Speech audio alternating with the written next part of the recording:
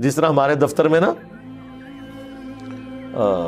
जितने भी लोग डिफेंस के इदारों में काम करते हैं ना, उनके दिमाग में ना एक खन्नास भरा हुआ है कि ये मुल्क कौम की खिदमत कर रहे हैं। और मुझे हमेशा इस चीज से चिढ़ थी कि यार खिदमत कौन सी है, इतनी भारी भरकम तनख्वाहों के ऊपर, गरीबों के टैक्सेस के ऊपर।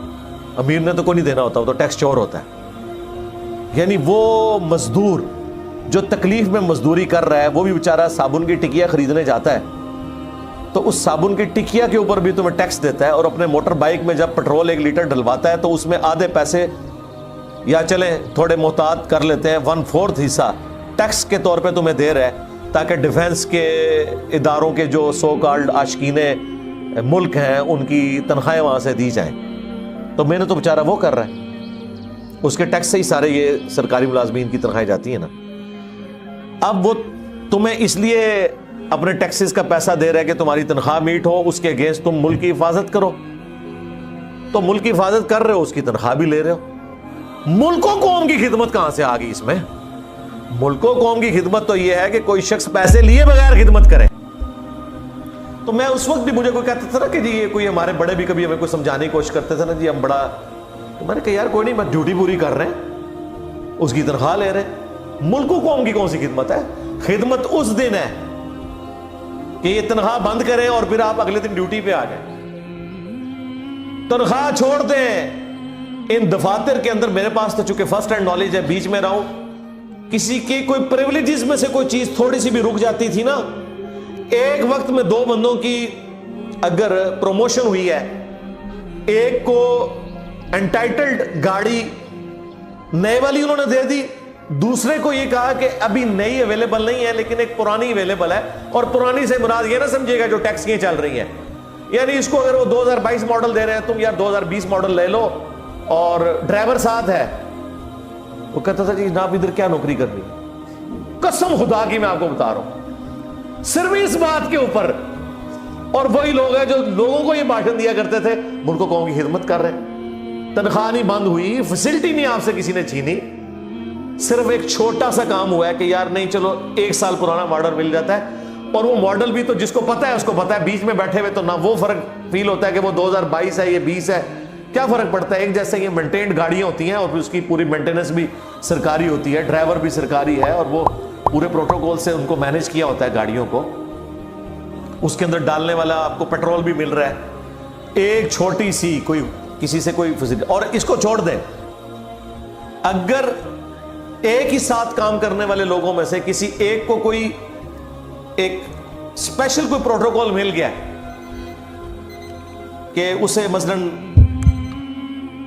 जब एंटाइटल था उसका कोई मोबाइल फोन या लैंडलाइन फोन गवर्नमेंट की तरफ से मिल जाता है ना, लेकिन वो खास होता है कि इतने साल की किसी की जॉब हो, वो इतने स्केल में हो जाए, लेकिन किसी की एक्स्ट्राऑर्डिनरी परफॉर्मेंस हो, उसे वक्त से पहले 2 साल पहले मिल गया, तो यार वो किसी का हक तो नहीं ना छीना उसने।